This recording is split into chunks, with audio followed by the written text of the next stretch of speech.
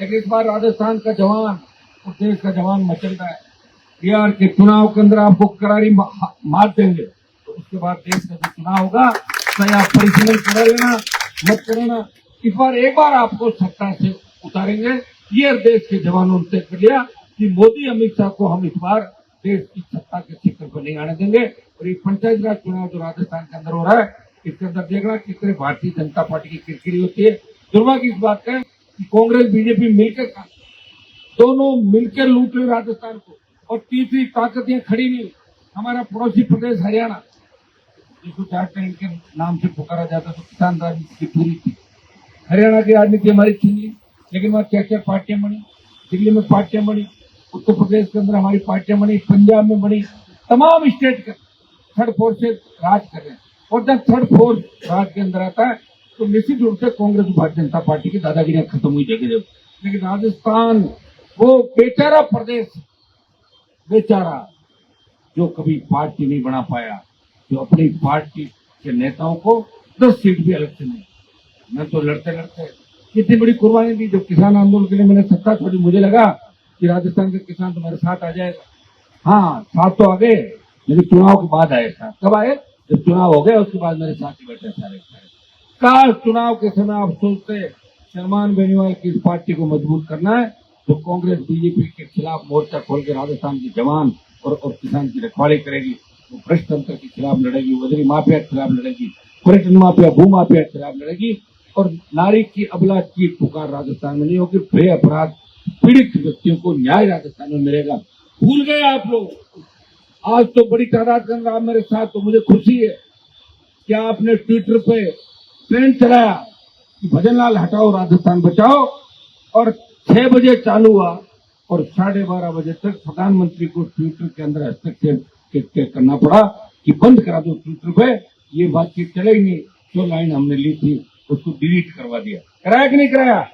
नहीं तो जाते 15 लाख पे देश का सारा रिकॉर्ड तोड़ देते राजस्थान के जवान। हरियाणा, पंजाब, दिल्ली, यूपी के हमारे जवान लगे थे। और पहली बार राजस्थान की राजनीति के अंदर ऐसा भूचाल आया, सोशल मीडिया के माध्यम से राजस्थान के जवानों ने कहा कि हमें भजनलाल हटाओ और राजस्थान बचाओ, हमें पर्ची सरकार नहीं चाहिए। ये सीधा सीधा राजस्थान के नौजवानों ने विरोध दर्ज किया, सर्व समाज का नौजवान था।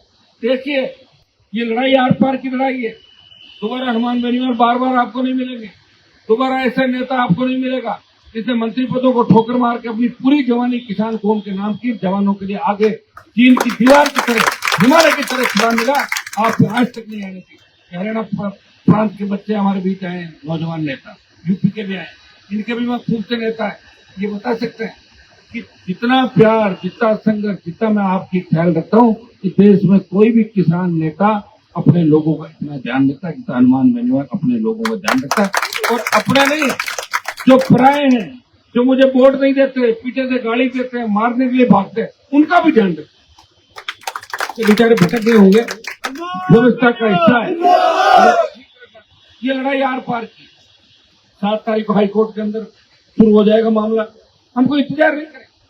लोग बार बार करें दिल्ली कूच कब करोगे? कूच तो मैं भी कर लूं, मुझे कौन मना करा? भाई आज से जाऊं दिल्ली, उतर जाऊं, कूच हो गया, गाड़ी पकड़ के जाऊं। कूच के लिए हमें 1 लाख से ज्यादा जवान चाहिए। उसमें हम हरियाणा के हमारे भाइयों का सहयोग लेंगे। हरियाणा की टीम आई, आप रहोगे कि नहीं रहोगे? साथ सारे उत्तर प्रदेश के नौजवान आएंगे, दिल्ली के आएंगे सामने, और राजस्थान प्रांत के 1 लाख जवान दिल्ली की ओर कूच करेंगे।